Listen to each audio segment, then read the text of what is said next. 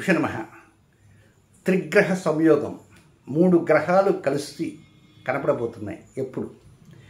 25వ తేదీ శుక్రవారం సూర్యోదయానికి పూర్వము తూర్పు దిశలో మీనరాశిలో చంద్రుడు, శుక్రుడు మరియు శని, ఈ 3 గ్రహాలు ఉంటాయి. చంద్రుడు రోజు కనపడేవాడే, శుక్రుడు కూడా కనపడుతుంటాడు. అయితే ప్రత్యేకంగా శని మాత్రం వీక్షించాలంటే ఇది ఒక అరుదైన అవకాశం. శని ఎక్కడున్నాడు పర్టికులర్ కనిపెట్టడం చాలా కష్టం.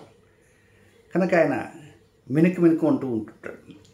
25వ తేదీ సూర్యోదయానికి ముందు, శుక్రవారం సూర్యోదయం ముందు 1 గంట ముందు నుంచి తూర్పు భాగంలోనే నెలవంకలాగా చంద్రుడు ఉంటాడు.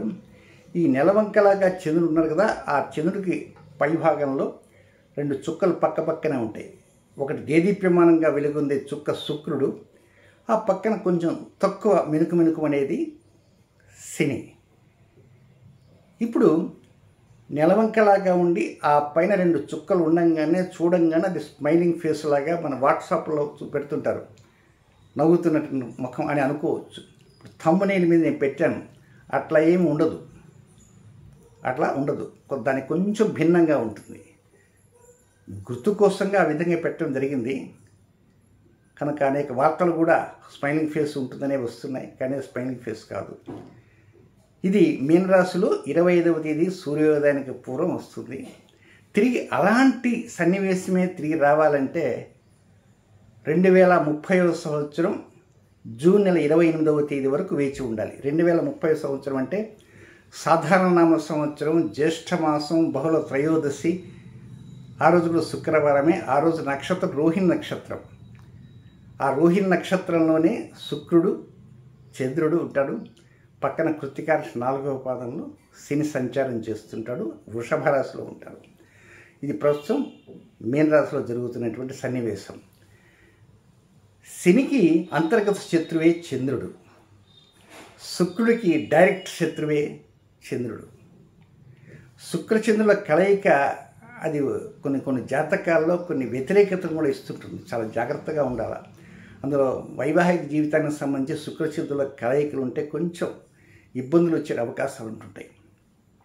ఇక శుక్రుడు, శని వీళ్ళిద్దరూ తోడు దొంగ లాంటి వాళ్ళు. కనుక శుక్రుడు ఉచ్చస్థానంలో ఉన్నాడు మీన రాశిలో, ఆ పక్కనే మిత్రుడు కూడా ఉన్నాడు. ఆ దిగువనే శత్రువు, ఇద్దరికీ శత్రువే. ఒకరికి అంతర్గత శత్రువు, ఒకరికి డైరెక్ట్ శత్రువు. కనుక నవ్వుతున్న ముఖంలాగా ఉండే అర్ధచంద్రాకారంగా నెలవంక డైరెక్ట్ శత్రువు. కనుక దీన్ని వీక్షించిన ప్రయత్నం చేయండి. ఇది గొప్ప విశేషవంతమైనది కాదు. అయితే విశేషం ఏమిటంటే, ఈ నెలవంకకి పైన కనపడే 2 చుక్కల్లాగా ఉండే చుక్కలో ఒక మినుకుగా ఉండే చుక్క శని. కనుక ఆ శనిని దర్శించుకోవటానికి అవకాశం. మామూలు రోజుల్లో శని ఎక్కడుంది పసిగట్టాలంటే చంద్రుడు దరిదాపులకు రావాలా. చంద్రుడు దరిదాపులకు వస్తేనే అప్పుడు ఒక్కోసారి ఆ కక్షలో శని ఉండి ఈ కక్షలో చంద్రుడు ఉండి కనపడటానికి అవకాశం ఉండొచ్చు, ఉండకపోవచ్చు. ఇక్కడ అవకాశం ఉంది, కనపడటానికి అవకాశం ఉంది. ఎవరు? శని కనపడటానికి అవకాశం ఉంది. పైగా ఈ మేషరాశి వారికి ఏలినాటి శని ప్రారంభమైంది కనుక, అలాగే కుంభరాశి వారికి 3వ భాగం ఏలినాటి శని ప్రారంభమైంది.